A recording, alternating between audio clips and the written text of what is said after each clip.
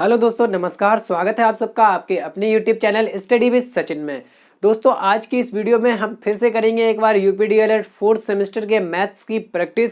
इससे पहले दोस्तों मैं प्रैक्टिस के ऊपर 2 वीडियोस बना चुका हूं। अगर आपने वो वीडियोस नहीं देखी है तो आपको इस वीडियो की डिस्क्रिप्शन में उनकी लिंक मिल जाएगी। साथ ही साथ यूपीडीएलएड फोर्थ सेमेस्टर के मैथ्स के चैप्टर वाइज वीडियोस भी आपको इस वीडियो की डिस्क्रिप्शन में मिल जाएंगे। इसके साथ साथ दोस्तों आप ऊपर राइट कॉर्नर पर आई बटन जा रही है, हम प्लेलिस्ट में जाके वो सारी वीडियोस देख सकते हैं। अगर दोस्तों आपने हमारे चैनल को सब्सक्राइब नहीं किया है तो प्लीज दोस्तों चैनल को सब्सक्राइब कर लीजिएगा। आपको बहुत सारी मैथ्स की मजेदार वीडियो और कंसेप्चुअल वीडियोस मिल जाएंगी। पूरा कंसेप्ट क्लियर करवा देता हूं मैं आप लोगों का। चलिए दोस्तों शुरू करेंगे हमारा आज का यह वीडियो। Let's start.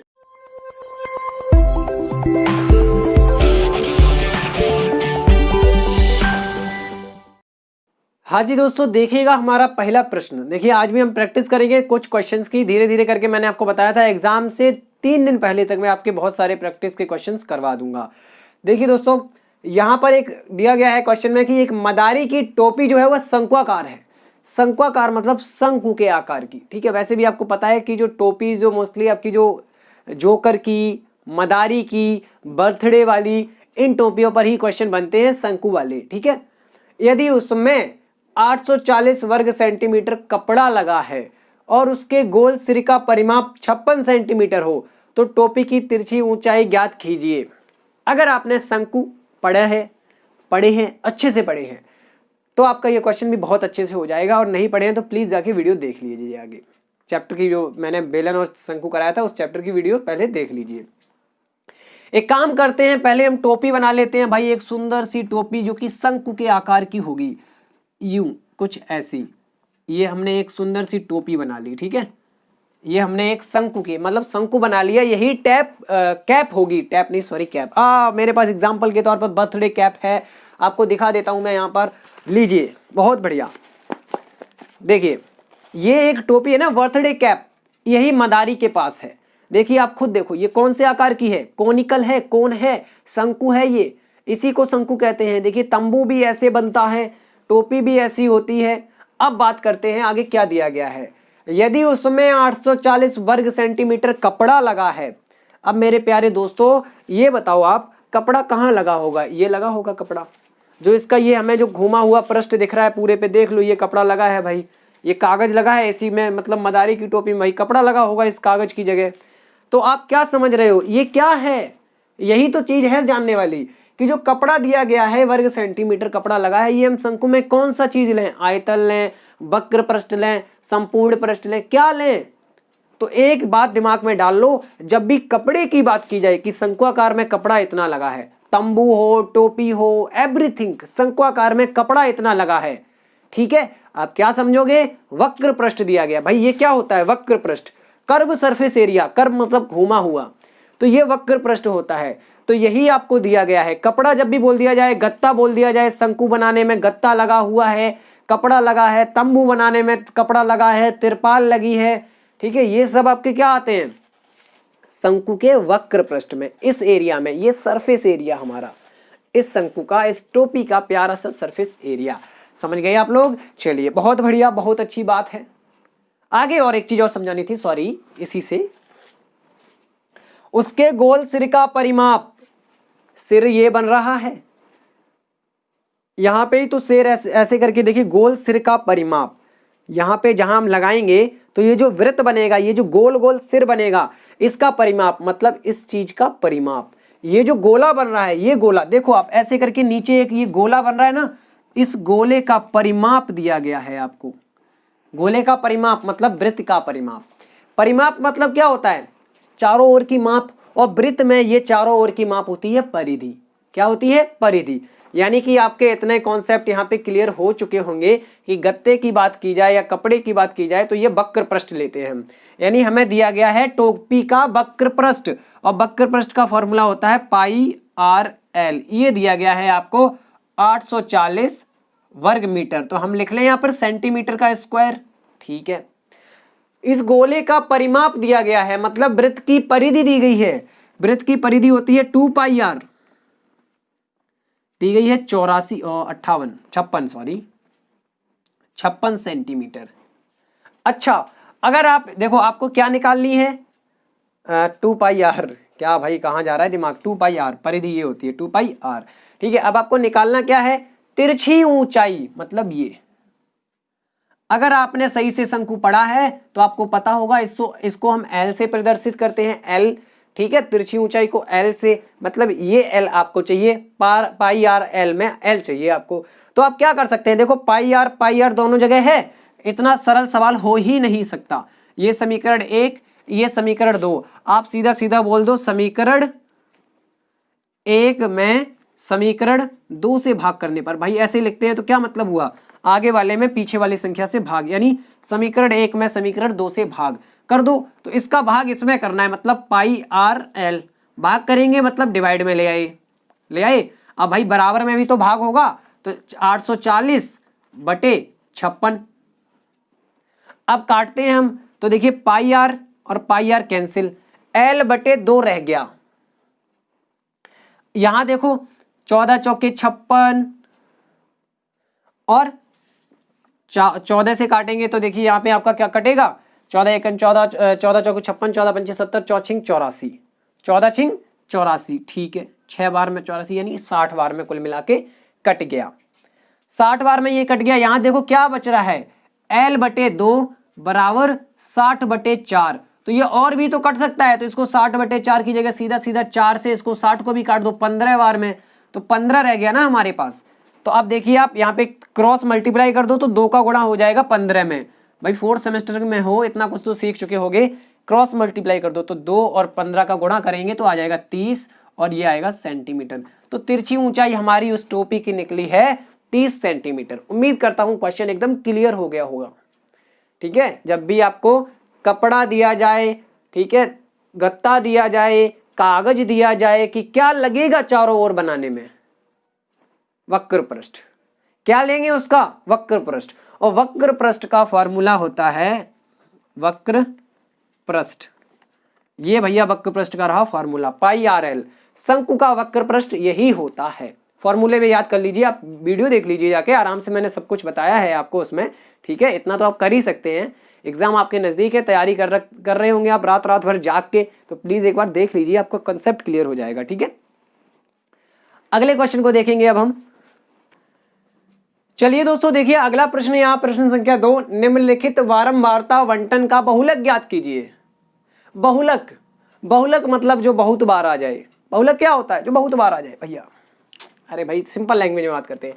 देखो मैंने आप लोगों को पढ़ाया था, जब मैंने ये आपका अवर्गीकृत आंकड़ों की माध्यिका बहुलक वगैरह वाला चैप्टर पढ़ाया था, उसमें बताया था कि बहुलक क्या होता है, कि वह पद जिसकी बारंबारता सबसे ज्यादा हो, यानी जो सबसे ज्यादा बार रिपीट हो रहा हो, उसी को हम बहुलक कहते हैं। बारंबारता मतलब बार बार आना। ठीक है, तो बारंबारता का सिंपल सा आप अर्थ समझेंगे रिपीटेशन, कोई कितना रिपीट होता है। चलिए मेरी इंग्लिश बहुत खराब है, मैं इंग्लिश में नहीं लिखूंगा, मैं बोल सकता हूं केवल रिपीटेशन। बारंबारता मतलब होता है रिपीटेशन।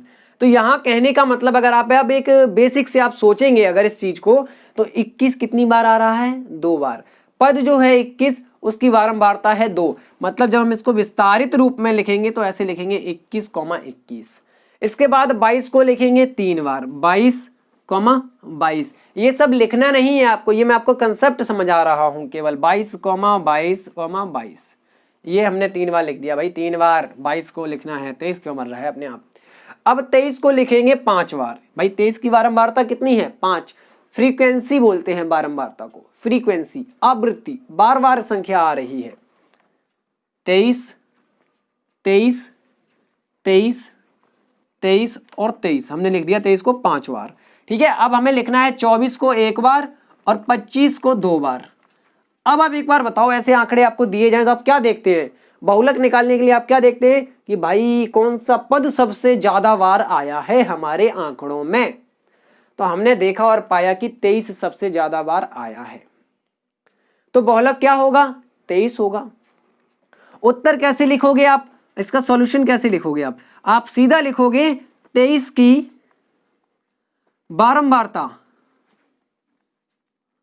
बारंबारता सबसे अधिक है, सबसे अधिक है। आप देखो ना बारंबारता वाली कॉलम में देखो, बारंबारता वाली सॉरी रो में देखो, 23 की बारंबारता 5 है, बाकी किसी की भी 5 नहीं है। अतः 23 बहुलक है। बहुलक है, क्या है? बहुलक है ना भाई। लिखने में कहीं कोई मिस्टेक हो रही हो आप देख लेना उसको, ठीक है। 23 की बारंबारता सबसे अधिक है, इसीलिए 23 हमारा बहुलक है। ओके, क्लियर हो गया कंसेप्ट। जो नंबर सबसे ज्यादा बार आ जाता है उसी को हम बहुलक कहते हैं। रिपीटेशन मोड में जो नंबर लगा रहता है, दो दो दो दो दो दो दो दो दो ऐसे करके बहुत बार आ गया, उसको हम कहेंगे दो हो गया बहुलक। ठीक है, यहाँ 23 आपका बहुत बार आया है, सबसे ज्यादा बार आया है, तो 23 आपका बहुलक होगा। ठीक है, चलिए नेक्स्ट क्वेश्चन की तरफ बढ़ते हैं। चलिए दोस्तों, अगला प्रश्न यहाँ देखिए बोर्ड पे लिखा हुआ है, एक अच्छा क्वेश्चन है। ठीक है, वो है भिन्न ज्ञात कीजिए। हाँ, इससे पहले मैं आप लोगों को बता दूं, जो पिछले 2 क्वेश्चन कराए थे वो भी 2017 के थे और ये भी 2017 में आया हुआ है। ठीक है, ये भी 2017 में आया हुआ है। अगर आपको चाहिए कि मैं year by year paper solve करके आपको दे दूं लगातार 2-3 वीडियो में, तो प्लीज़ मेरे पास पेपर्स नहीं है, समझिए आप बात को प्लीज़। ठीक है, चैनल हमारा नया है, आप लोगों का सपोर्ट होगा तभी तो आगे बढ़ पाएगा। तो आप मुझे व्हाट्सएप पे पेपर भेज सकते हैं 8979362145। ठीक है, अब आपको सर नेट से डाउनलोड कर लो, तो इंटरनेट पे पेपर की जो फोटो है ना वो थोड़ी सी सही नहीं आ रही है उसमें भाई। सब लोग अपना जो वेबसाइट का नाम है वो बीच में डाल देते हैं, जिससे फोटो सही नहीं आती है। मैं आपको क्वेश्चन नहीं सही से दिखा पाऊंगा उसको वीडियो में क्रॉप कर करके। ठीक है, तो अगर आपके पास पेपर है तो आप मुझे इस नंबर पे व्हाट्सअप कर दीजिए 8979362145। ओके, 1-2 लोगों ने कमेंट करके बोला है सर पेपर सॉल्व करा दीजिए। मेरे पास एक्चुअली में पेपर नहीं है। ठीक है, मैं बहुत खोज के आपको क्वेश्चन करवाता हूँ। ठीक है, तो यहाँ देखिएगा कि पूछा जा रहा है कि वह भिन्न ज्ञात कीजिए जिसके अंश में से यदि 1 घटा दिया जाए तो उसका मान 2/3 और उसके हर में 4 जोड़ दिया जाए तो उसका मान 1/2 हो जाता है। बहुत सरल क्वेश्चन है, मैंने ऐसे क्वेश्चन करवा रखे हैं आप लोगों को। चलो देख लेते हैं क्या करेंगे हम। अच्छा, हम क्या करते हैं यहाँ पे मान लेते हैं, माना भिन्न, भिन्न मान लेते हैं पूरी। भिन्न हमने मान ली x/y है। भिन्न क्या है? x/y। अब देखिए हम थोड़ा सा ब्लैक बोर्ड को 2 पार्ट में बांट देते हैं क्योंकि अभी उधर भी जाने वाला है क्वेश्चन। तो अब यहाँ पे देखिए क्या दी गई है। पहली कंडीशन यहाँ पे लिखेंगे प्रथम शर्त, शर्त 1। शर्त 1 के अनुसार कहा जा रहा है कि उसके अंश में 1 घटा दे तो उसका मान 2/3 हो जाता है। तो अंश ऊपर वाला होता है, अंश में से 1 घटा दिया, हर वैसा ही है अभी। अब ये भिन्न क्या बन जाती है? 2/3। क्रॉस मल्टीप्लाई करके इक्वेशन बनाओ, समीकरण बनाओ। 3x - 3 = 2y। ठीक, उसके बाद देखिए बड़े ध्यान से कि 3x, ये 3x की तरफ 2y को ले आओ तो माइनस में आ जाएगा और ये -3 उधर गया तो प्लस में हो गया। तो ये आपने लिख लिया समीकरण नंबर 1। शर्त 2, शर्त आपकी सेकंड क्या कह रही है? शर्त क्या कहती है? उसके हर में 4 जोड़ दें।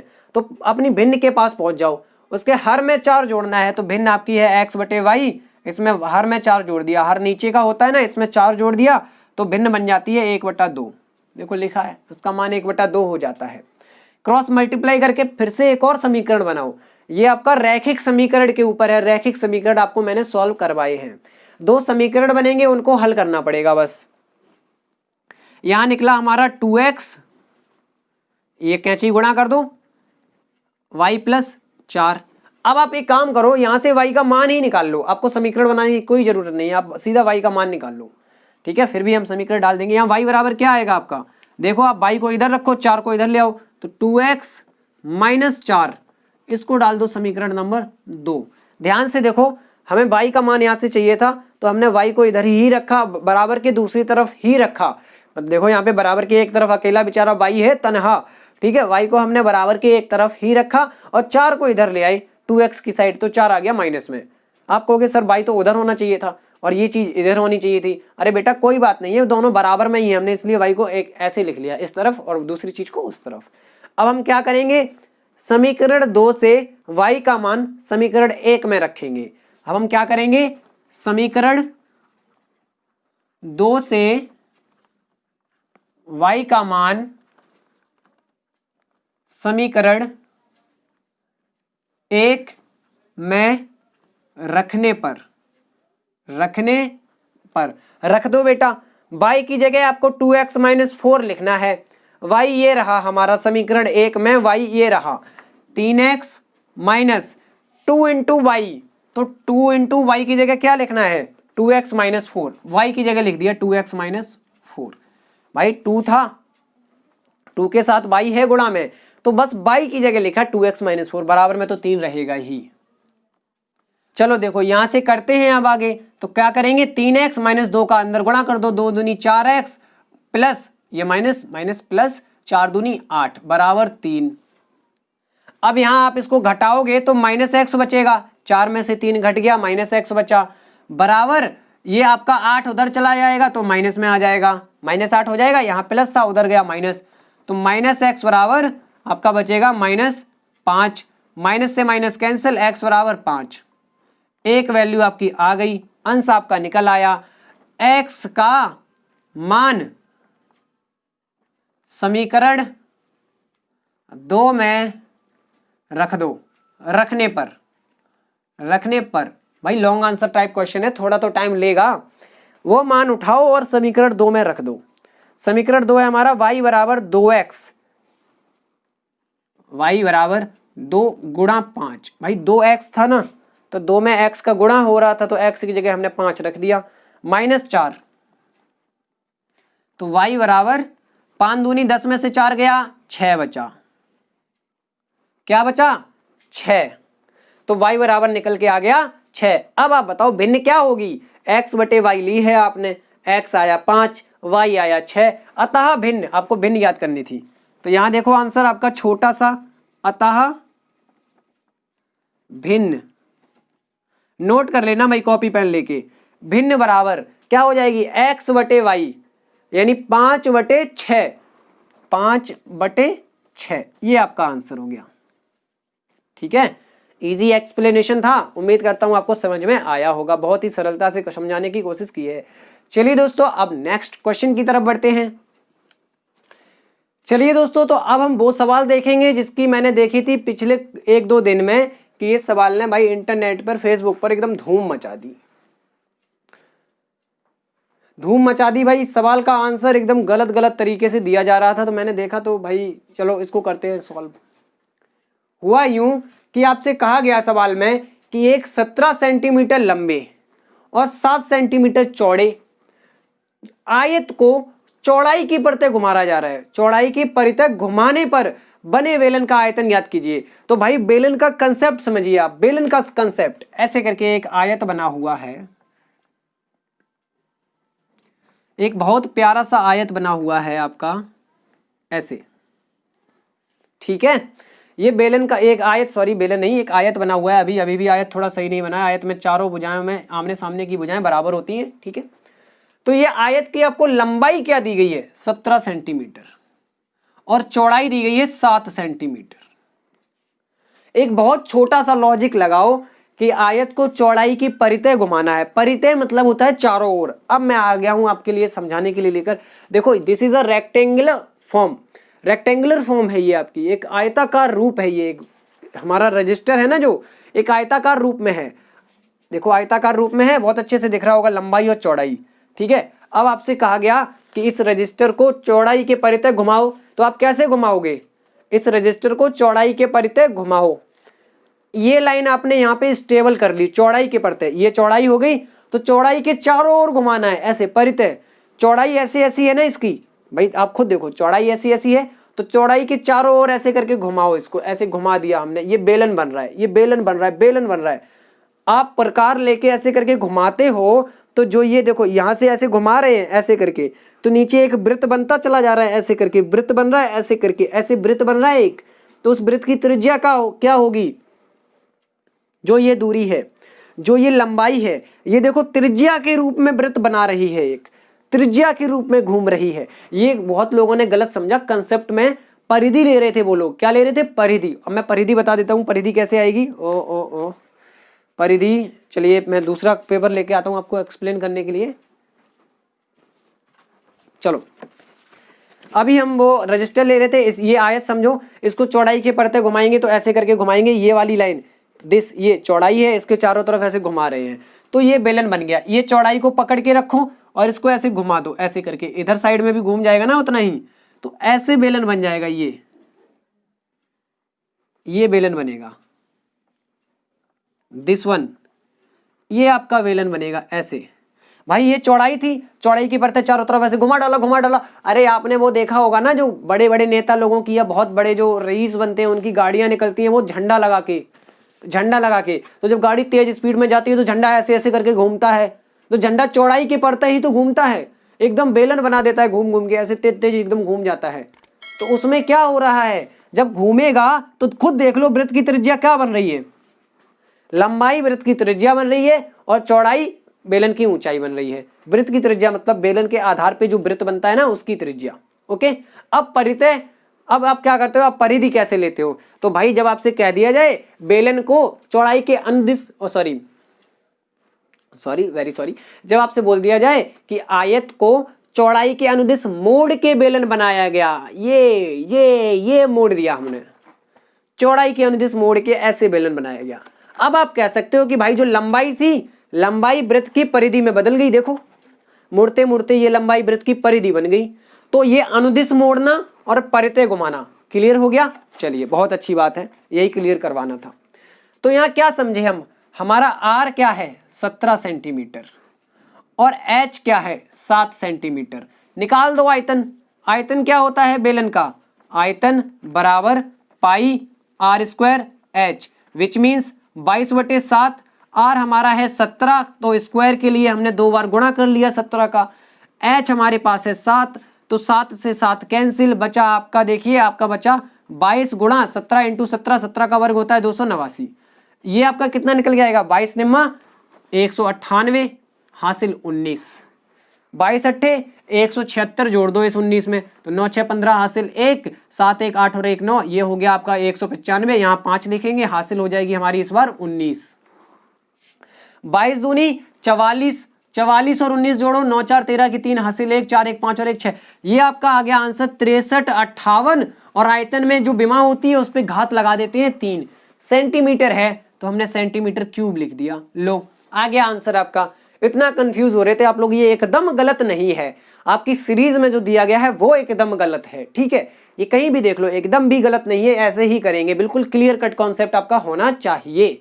सीरीज वालों का क्या भाई, वो तो किसी ने छापी है, किसी ने सॉल्व की है, जिसने सॉल्व की है उसे कंसेप्ट नहीं पता था तो गलत हो गया। कंसेप्ट आपको देखना है, मेरा पेज है स्टडी हब, फेसबुक पर स्टडी हब का पेज है, मैं यहाँ डिस्क्रिप्शन में लिंक दे दूंगा, ठीक है, आप जाके उस पेज पे देखिए। मैंने कक्षा 8 की जो यूपी की किताब है उससे ये कंसेप्ट पूरा डाला हुआ है, उस पे पूरे मैंने फोटो खींच के 8 की किताब की डाल दी। या फिर आपके पास बुक हो 8 की, कक्षा 8 की यूपी बोर्ड वाली, उसमें जाइए लंबवृत्ति और बेलन, वो लंबवृत्ति बेलन और शंकु के चैप्टर में जाइए, बेलन का जहां से अध्याय शुरू हुआ है वहां से उसको समझिए, ठीक है। आपको वो लंबवृत्ति बेलन और ऐसे शंकु का अलग चैप्टर नहीं है, वो मेंसुरेशन का चैप्टर है, उसी में मिल जाएगा आपको, ठीक है। मेंसुरेशन में क्षेत्रमिति जिसको बोलते हैं, क्या बोलते हैं, क्षेत्रमिति, क्षेत्रफल या आयतन निकालना, उसी में आता है, तो ये आपको उसी में मिल जाएगा। और ये बहुत बढ़िया क्वेश्चन है, बहुत बढ़िया, जैसे परितः घुमाया गया। अब आपसे यही बोल देता भाई देखो मुझे आपको ये कंसेप्ट समझाना था, मैंने बेसिकली वीडियो भी इसी पे बनाई थी, ठीक है, इसीलिए बनाई थी, इसको मैंने देखा बहुत ज्यादा गदर चल रहा था। और वीडियो को प्लीज शेयर कर दिया करो भाई। आपसे अगर बोल देता कि इसको लंबाई के परितः घुमा दो, ये आयत बना है, इसको लंबाई के परितः घुमा दो, तो लंबाई ये है ना, तो लंबाई के परितः ऐसे उठाओ और ऐसे ऐसे घुमा दो, ऐसे ऐसे ऐसे ऐसे घुमाना है हमें, ऐसे, जब लंबाई के परितः बोला जाए तो ऐसे डॉटेड लाइन बना के एक बेलन सा इधर क्रिएट कर लो, ऐसे, ये हो गया बेलन। अब यहाँ पे हमारी बेलन की जो ऊंचाई है वो ये लंबाई हो गई, जिस भुजा के परितः घुमाओगे वो अपने आप ऊंचाई बन जाएगी, इतना याद रखो, जिस भुजा के परितः घुमाओगे वो ऊंचाई बन जाएगी, और जो भुजा हमारी दूसरी बची है वो त्रिज्या बन जाएगी, ठीक है। तो आप ऐसे, एक और ऐसा क्वेश्चन है जिसपे आप लोग कंफ्यूज हो रहे हैं, वो उसको ऐसे करोगे, ऐसे, उसमें कुछ भी आंसर दिया गया हो सीरीज में, जरूरी नहीं है किसी एक्सपर्ट ने ही सॉल्व किया है, और मैं ये भी नहीं कह रहा हूं कि मैं एक्सपर्ट हूं, लेकिन मैं बस आपको कंसेप्ट बता रहा हूं, आपको मानना है या ना मानो, ठीक है, ये आपकी मर्जी है, आप चाहो तो प्रूफ देख सकते हो, बुक में है। चलिए आगे क्वेश्चन की तरफ और बढ़ते हैं। ओके, चलिए दोस्तों अगला क्वेश्चन देखते हैं। अच्छा हाँ, ये क्वेश्चन में भी आपको मैं एक चीज समझाऊंगा, आपको हमेशा वो चीज याद रखनी है, ठीक है, चाहे आप डीएलएड कर लो, आप फिर उसके बाद कंपटीशन की तो तैयारी करोगे ना। जब भी ऐसा क्वेश्चन दिखे कि एक बाग में आम के इतने पेड़ हैं, तो प्रत्येक पंक्ति में उतने ही पेड़ हैं जितनी की बाग में पंक्तियां। क्वेश्चन अगर ऐसा दिखे कि प्रत्येक गांव में उतने ही नल हैं जितने की, अरे सॉरी, ऐसे नहीं आएगा, सॉरी, बाग के ऊपर ही आएगा कि प्रत्येक पंक्ति में उतने ही पेड़ हैं जितने की बाग में पंक्तियां। मान लेते हैं, चलो थोड़ा सोचते हैं, अगर हम सोचते हैं, हम कहें कि भाई एक बाग में 4 पंक्तियां हैं और प्रत्येक पंक्ति में उतने ही पेड़ हैं जितनी की पंक्तियां, तो हर पंक्ति में 4 ही तो पेड़ होंगे। अब क्या करो, 4 पंक्ति लगा लो, एक मतलब हम 4 पंक्ति ले लेते हैं, ठीक है, ए बी सी डी, ये 4 पंक्तियां हैं, लाइन है बाग में, पेड़ लगने की, जो पेड़ लाइन में लगे रहते हैं ना वो।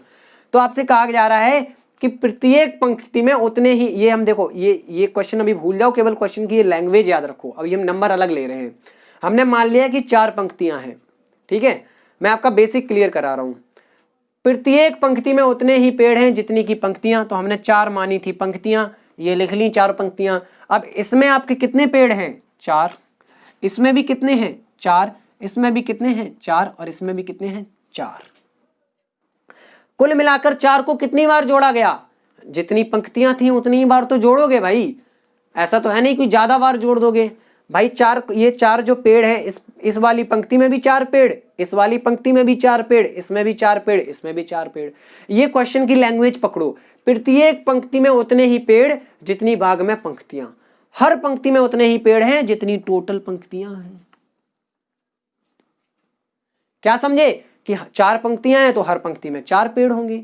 अब अगर हर पंक्ति में 4 पेड़ होंगे तो कुल मिलाकर 4 का 4 बार गुणा 4 चौके 16 पेड़ होंगे। देख लो ना, 4 4 8, 4 बार 4 16, है ना। तो आप ये समझो इस चीज से, ये वर्ग के ऊपर क्वेश्चन होता है, किस पे, वर्ग के ऊपर, स्क्वायर के ऊपर। वो वाला चित्र जो बना होता है वो स्क्वायर नहीं, ये वो वर्ग, जैसे 2 का वर्ग 4, 3 का वर्ग 9। अब देखो, प्रत्येक पंक्ति में उतने ही पेड़ हैं जितनी की बाग में पंक्तियां, तो हमने माना पंक्तियों की संख्या